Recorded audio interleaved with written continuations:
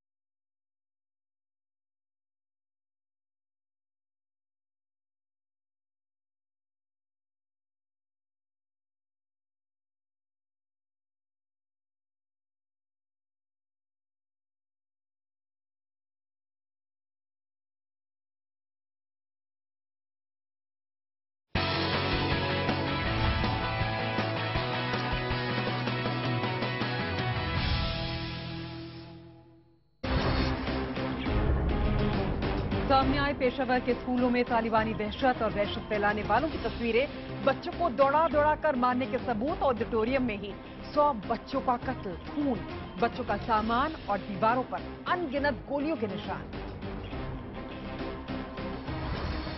पाकिस्तान के गम में भारत भी शरीक, पूरे देश में स्कूली बच्चों ने रखा 2 मिनट का मौन, संसद में भी श्रद्धांजलि, लोकसभा में आतंकवादी वारदात के खिलाफ प्रस्ताव। पाकिस्तान में आतंकी हमले के बाद हरकत में भारत सरकार, गृह मंत्रालय का सभी राज्यों को स्कूलों और मॉल्स की सुरक्षा बढ़ाने के निर्देश। कुछ पैसों के भुगतान के बाद स्पाइस जेट ने भरी उड़ान, सुबह तेल कंपनियों ने रोकी थी सप्लाई, उड़ानें रद्द होने से यात्रियों को भारी परेशानी।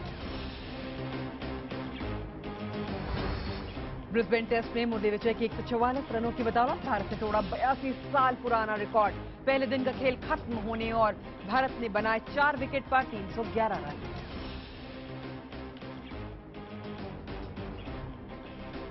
प्रायोजक प्रकृति जैसी शुद्धता हमारी पहचान, MDH मसाले, the real spice of India. नमस्कार, स्वागत है आपका IBN 7 में। मैं आपके साथ पायल हुयन। देश दिन भर में हम आपको दिखाएंगे देश के कोने कोने से खबरें, और ये खबरें आप तक पहुंचा रही है नेटवर्क 18 के 2000 संवाददाताओं की टीम। 2000 रिपोर्टर्स हर दिन आपके इलाके की हर बड़ी खबर आप तक पहुंचाएंगे, सबसे सटीक और सबसे पहले। और देश दिन भर में इस वक्त हमारे साथ अलग अलग राज्यों की खबरों के साथ कई संवाददाता मौजूद हैं। दिल्ली NCR की खबरें आपको बताएंगे संवाददाता अमित पांडे, उत्तर प्रदेश का हाल आपको बताएंगे संवाददाता अलाउद्दीन, बिहार से चंद्रमोहन, तो पंजाब से सूरज भारद्वाज हमें अलग अलग शहरों की जानकारी देंगे। इनके अलावा मध्य प्रदेश से मनोज शर्मा और राजस्थान से भिवानी सिंह आपको खबरें देंगे। लेकिन सबसे पहले चलते हैं अमित पांडे के पास। शुक्रिया पायल। आज पाकिस्तान में हुए आत्मघाती हमले के बाद जहां एक और वहां मातम पसरा हुआ है, वहीं भारत में भी इसका असर देखने को मिला और भारत में भी शोक की लहर है। इन बच्चों को श्रद्धांजलि देने के लिए देश भर के स्कूलों और संसद के दोनों सदनों में बुधवार को 2 मिनट का मौन रखा गया। संसद में रखे गए मौन में प्रधानमंत्री नरेंद्र मोदी भी शामिल हुए। तालिबानी हमले में मारे गए 132 स्कूली बच्चों के गम में प्रधानमंत्री मोदी की अपील पर बुधवार को देश भर के सभी निजी और सरकारी स्कूलों में 2 मिनट का मौन रखा गया। प्रधानमंत्री ने संकट की इस घड़ी में पाकिस्तान के प्रधानमंत्री नवाज शरीफ से भी फोन पर बातचीत कर बड़ी संख्या में मारे गए बच्चों के प्रति शोक जताया और भारत की ओर से हर संभव मदद की पेशकश की। मोदी ने कहा कि आतंकवाद के खिलाफ पाकिस्तान की इस लड़ाई में भारत उसके साथ मजबूती से खड़ा है। दिल्ली के एक स्कूल ने जैसे ही शिकायत की कि उसकी वेबसाइट हैक कर ली गई है और उसे धमकी मिली है, ये खबर सुनते ही सुरक्षा एजेंसियों के कान खड़े हो गए। दिल्ली के रोहिणी इलाके के इस नामी राजा राम मोहन राय स्कूल को मिली धमकी ने दिल्ली पुलिस और सुरक्षा एजेंसियों को हरकत में ला दिया। दरअसल स्कूल के मालिक मोहित शर्मा ने 3 दिन पहले दिल्ली पुलिस में ईमेल हैक किए जाने और धमकी मिलने की शिकायत दर्ज कराई थी। मोहित शर्मा के मुताबिक 13 दिसंबर को स्कूल को एक मेल भेजा गया जिसमें लिखा था इस्लाम इज कमिंग, खलीफा आ रहा है। मोहित का आरोप है कि ईमेल आने के बाद लैंडलाइन पर भी उन्हें 2 बार धमकी भरा फोन आया। साइट जो थी उसमें नाम स्कूल का था, लेकिन the page was totally hack और उसके अंदर कुछ अरबिक में कुछ आयात थी और इट वॉज क्लियरली रिटन कि this is from ISIS। Pakistan में पेशावर के स्कूल में मंगलवार को हुई घटना और खुफिया इनपुट्स को देखते हुए दिल्ली पुलिस हरकत में आई। दिल्ली पुलिस ने बुधवार को स्कूल का मैप, बिल्डिंग प्लान और दूसरी महत्वपूर्ण चीजें मंगवाकर जांच शुरू कर दी। पुलिस ने हालांकि कैमरे पर इस बारे में कुछ नहीं कहा। कुछ पैसों के भुगतान के बाद आखिरकार स्पाइस जेट ने अपनी सेवा फिर से शुरू कर दी। इससे पहले तेल कंपनियों को न भुगतान करने की वजह से स्पाइस जेट को अपनी सेवाएं रोकनी पड़ी थी, जिस वजह से यात्रियों को कुछ देर के लिए भारी परेशानी का सामना करना पड़ा था। स्पाइस जेट के हवाई यात्रियों के लिए लगातार दूसरा दिन भी मुश्किलों भरा रहा। दूसरे दिन भी देश भर के कई बड़े शहरों में स्पाइस जेट की उड़ानें लगातार रद्द होती गईं, जिसकी वजह से हवाई यात्री काफी परेशान और गुस्से में दिखे। वहीं दूसरी तरफ स्पाइस जेट की तरफ से कोई भी सही जानकारी न मिलने पर लोगों की नाराजगी और भी ज्यादा बढ़ गई। अभी कितना फोन करो, फोन उठाता ही नहीं है। अभी देखिए हम 40 साल से दुबई से आ रहा हूँ, जा रहा हूँ, कोई प्रॉब्लम नहीं था। ये पहली बार ऐसा हुआ। अभी हम लोग क्या करेगा? ये सामान लेके किधर जाएगा? सवेरे 7:25 की फ्लाइट थी, कोई बराबर रेस्पॉन्स नहीं है, कुछ भी नहीं है, कोई बराबर बात करने वाला नहीं है, खाली इधर से उधर हिल रहे, काम बस खत्म। तेल कंपनियों को कुछ पैसे के भुगतान के बाद उड़ानें शुरू हो पाईं। गाजियाबाद के वसुंधरा इलाके में एक नवविवाहिता ने खुदकुशी कर ली। खुदकुशी से पहले लिखे गए नोट में उसने कहा कि उसकी मौत के लिए कोई जिम्मेदार नहीं है। वसुंधरा के सेक्टर 5 में रहने वाली रुचि सक्सेना नाम की महिला ने अपने फ्लैट में पंखे से फांसी लगाकर खुदकुशी कर ली। जिस वक्त ये हादसा हुआ उस वक्त रुचि घर में अकेली थी। उनके पति अंशुल ऑफिस में थे। इस घटना की जानकारी तब हुई जब अंशुल ऑफिस से लौटकर घर आए। आवाज देने पर जब दरवाजा नहीं खुला तो अंशुल ने खिड़की से झांक कर देखा, भीतर उनकी पत्नी की लाश पंखे से लटक रही थी। इसके बाद उन्होंने पुलिस को जानकारी दी। पुलिस ने शव को कब्जे में लेकर पोस्टमार्टम के लिए भेज दिया है। अंशुल और रुचि की शादी 10 महीने पहले ही हुई थी। आज इनने ऐसा कदम उठाया, इनने सुसाइड नोट भी लिखा है। उस सुसाइड नोट पर इनने किसी को भी जिम्मेदार नहीं ठहराया है। बाकी चीजें जांच की जा रही हैं। उत्तर प्रदेश और उत्तराखंड की खबरों के लिए चलते हैं अपने सहयोगी अलाउद्दीन के पास।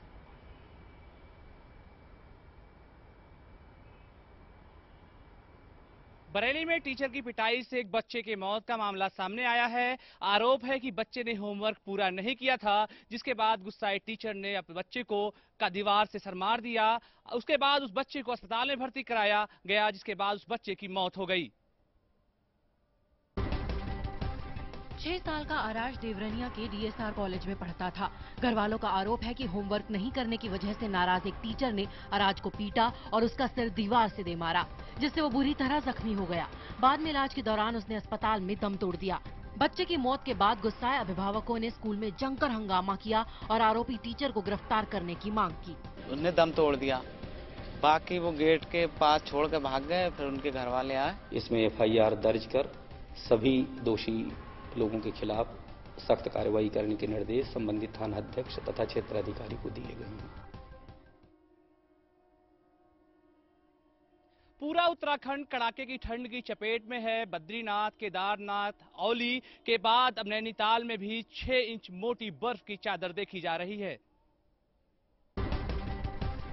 कई जगहों पर यह बर्फबारी आफत की भी वजह बन रही है। पानी, बिजली, संचार और यातायात सेवाएं बर्फबारी की चपेट में हैं। मौज मस्ती के लिए बर्फबारी देखने आने वाले पर्यटक भी जगह जगह फंसे बताए जा रहे हैं, लेकिन कई हैं जो इसका जमकर मजा ले रहे हैं। इससे राज्य के मैदानी इलाके शीतलहर की चपेट में आ गए हैं। पर्यटक इन क्षेत्रों में बर्फबारी देखने को आ रहे हैं। नैनीताल में कई पर्यटकों के वाहन बर्फ में फंस जाने से लोग परेशान भी दिखाई दिए।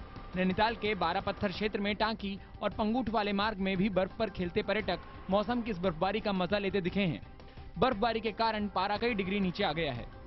हमें पता नहीं था, जब हम यहाँ आए थे तो यहाँ पर धूप थी, तो अब यहाँ पर स्नोफॉल हो गया, हमें बहुत अच्छा लग रहा है। एक टेडी बियर बनाया है स्नो का, इसको हमने टोपी बनाई है क्योंकि इसको भी बहुत ठंड लग रही थी और हम लोग यहाँ बर्फ में बहुत मस्ती कर रहे हैं, बहुत मजा आ रहा है। केंद्र सरकार बिल्डर्स पर लगाम कसने वाले रियल एस्टेट रेगुलेटर बिल में संशोधन की तैयारी में है। इस संशोधन में बिल्डर्स को एक प्रोजेक्ट के लिए ग्राहकों से जुटाए गए पैसे का 50% हिस्सा दूसरे प्रोजेक्ट पर लगाने की छूट दी गई है। पहले ये छूट 30% तक थी। इस संशोधन को पीएमओ की मंजूरी के बाद कैबिनेट में पेश किया जाएगा। ऋषिकेश एम्स में एमआरआई सुविधा को आम जनता के लिए खोल दिया गया है। संस्थान में 2 ऑपरेशन थिएटर वो आईसीयू के साथ एम्स ऋषिकेश में कैलामिटी सेंटर खोलने की भी कवायद तेज कर दी गई है।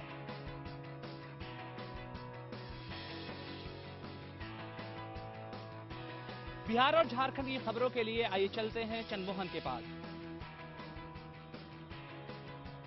मुंगेर के सदर अस्पताल में शराब के नशे में चूर कुछ असामाजिक तत्वों ने जमकर हंगामा किया और नर्सों के साथ बदसलूकी की, जिससे नाराज होकर डॉक्टर और नर्सों ने काम बंद कर दिया। इन सबके बीच इलाज नहीं मिलने की वजह से एक नवजात की मौत हो गई। मुंगेर के सदर अस्पताल में गर्भवती महिला के परिजनों ने जमकर हंगामा किया। आरोप है कि नशे में चूर परिजनों ने अस्पताल में मौजूद महिला स्टाफ के साथ बदसलूकी भी की। इससे नाराज होकर डॉक्टर और स्टाफ ने काम बंद कर दिया और अस्पताल में सुरक्षा बढ़ाने की मांग करने लगे। इस बीच काम बंद होने की वजह से एक नवजात बच्चे की मौत हो गई। बाद में मौके पर पहुंची पुलिस ने एक आरोपी को गिरफ्तार कर लिया। डॉक्टर नर्स नहीं रहने के बाद मरीज का इलाज हो नहीं पाया जी, उसी कारण बच्चा भी डेथ कर गया। पेशेंट भी बहुत आए गए। से मांग करेंगे ना जी, जब तक पुलिस प्रशासन मदद नहीं करे। सर कल रात में लोग बहुत मदद किए जी, कमीशन पर वो लोग काफी मदद किए। वो लोग ही आकर के पता चला कि बताया कि एक अरेस्ट भी कर। झारखंड के सरायकेला में समाज के रीति रिवाजों को दरकिनार कर 5 साल पहले अंतर्जातीय विवाह करने वाली एक महिला आज अपने पति की उपेक्षा के कारण दुधमुहे बच्चे के साथ भटकने को मजबूर है। झारखंड के सरायकेला जिला के आदित्यपुर के गुमटी बस्ती में रहने वाली रीना अपने पति के साथ रहने के लिए बेताब है, पर उसका पति राजेश लाह न सिर्फ उसे प्रताड़ित कर रहा है बल्कि अब उसे रखने को भी तैयार नहीं है। साथ ही राजेश ने स्वजातीय लड़की से दूसरी शादी भी कर ली है। पूरे मामले में थक-हार कर रीना ने एसपी दुर्गा उरांव से गुहार लगाते हुए न्याय की मांग की है। आज मेरा पति लड़ाई झगड़ा मारपीट करता है, मेरे को नहीं बता रहे थे, फिर दूसरा शादी किया है, फिर राशन पानी भी नहीं होता, राशन पानी के लिए बोलते हैं, फिर मारपीट लड़ाई झगड़ा करता है, फिर वो साथ में रखना नहीं चाहता, साथ में रहता है भी नहीं। एप्लीकेशन मैं लिया हूँ, थाना प्रभारी को मैं इंस्ट्रक्शन दिया हूँ कि जो भी न्याय संगत कार्रवाई है तो इस महिला के साथ हो और उसको पूरा सुरक्षा प्राप्त। उधर एसपी ने इस बाबत आदित्यपुर थाना प्रभारी को महिला को न्याय दिलाने के निर्देश दिए हैं। मधेपुरा में केला उगाने वाले किसान लाखों की कमाई करें। टिश्यू तकनीक से विकसित किए गए बीजों के इस्तेमाल से केले की पैदावार बढ़ाने में कामयाब किसानों को लाखों का फायदा मिल रहा है। अब मधेपुरा के किसानों की फसल पंजाब, हरियाणा, दिल्ली और राजस्थान जैसे राज्यों में जा रही है। कोडरमा में रांची पटना हाईवे पर पुलिस ने एक सूमो कार से भारी मात्रा में विस्फोटक बरामद किए हैं। पुलिस के मुताबिक कार से 3400 जेलेटिन रॉड और 1500 डेटोनेटर बरामद किए गए हैं। पुलिस ने कार में सवार 2 लोगों को हिरासत में ले लिया है।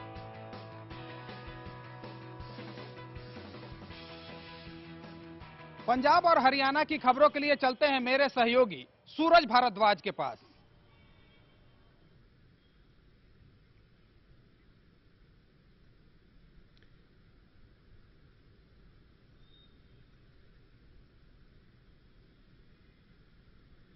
पीएम मोदी की मन की बात में नशे का जिक्र करना पंजाब के अकाली नेताओं को रास नहीं आ रहा है। पंजाब के उप मुख्यमंत्री सुखबीर बादल का कहना है कि पंजाब में नशे की लत के लिए मध्य प्रदेश और राजस्थान जिम्मेदार हैं।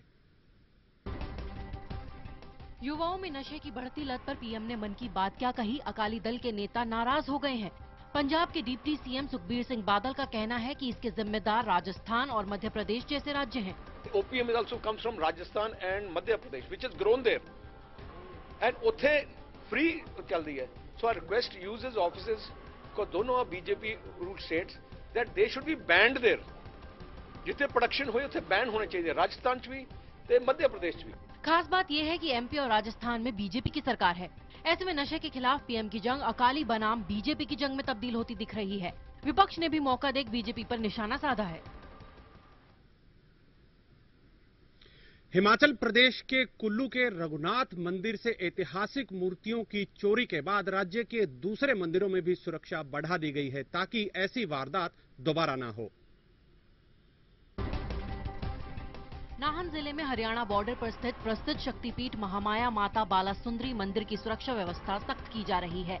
मंदिर ट्रस्ट ने यहां स्ट्रांग रूम बनाने का फैसला लिया है। ये स्ट्रांग रूम पूरी तरह से आधुनिक तकनीकों से लैस होगा, जहां कीमती सामान और आभूषणों को रखा जाएगा। मंदिर में पहले से ही 16 सीसीटीवी कैमरे लगे हुए हैं और 6 हथियारबंद जवान तैनात हैं। इसमें हम अत्याधुनिक उपकरणों से लैस स्ट्रांग रूम बनाने जा रहे हैं। अभी फिलहाल हमारा जो त्रिलोकपुर में 16 सीसीटीवी कैमरास वहां पर हैं। चंबा जिला में इस सीजन की पहली बर्फबारी ने सरकारी विभागों की पोल खोल कर रख दी है। सफेद आफत के बाद जिला के 7 रास्ते अभी भी बंद हैं और सैकड़ों गांव अभी भी अंधेरे में डूबे हुए हैं। कई जगह की मोबाइल, 3G और इंटरनेट सेवाएं अभी भी ठप पड़ी हुई हैं। कई जगह पानी की सप्लाई भी बंद है। जानकारी के अनुसार जिले के 7 मार्गों पर वाहनों की आवाजाही शुरू न होने से लोगों को मुश्किलें पेश आ रही हैं। लोगों को पैदल ही जाना पड़ रहा है।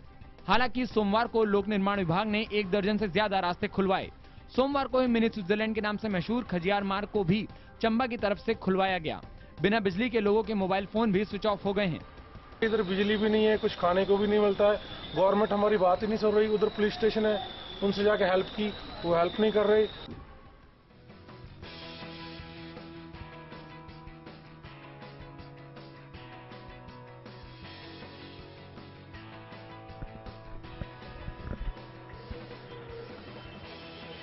मध्य प्रदेश के कई इलाकों में ठंड का कहर बढ़ता जा रहा है। बीते 15 दिन में जबलपुर में ठंड की वजह से 5 बुजुर्गों की मौत हो गई।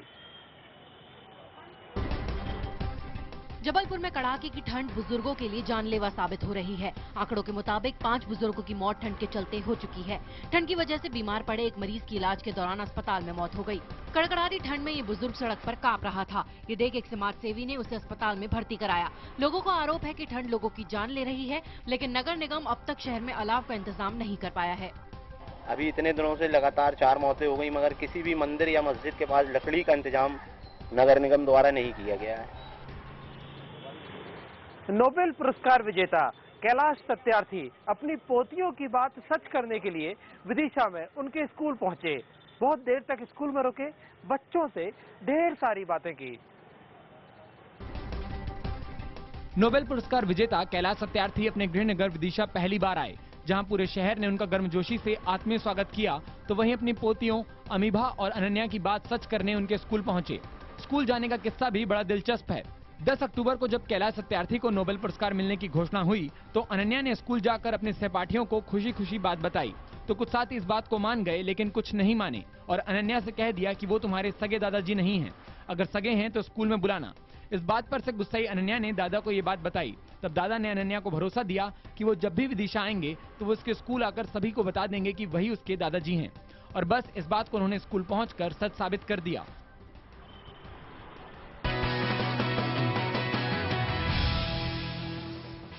भीलवाड़ा के महात्मा गांधी अस्पताल के पालना गृह के बाहर एक नवजात बच्ची लावारिस हालात में मिली।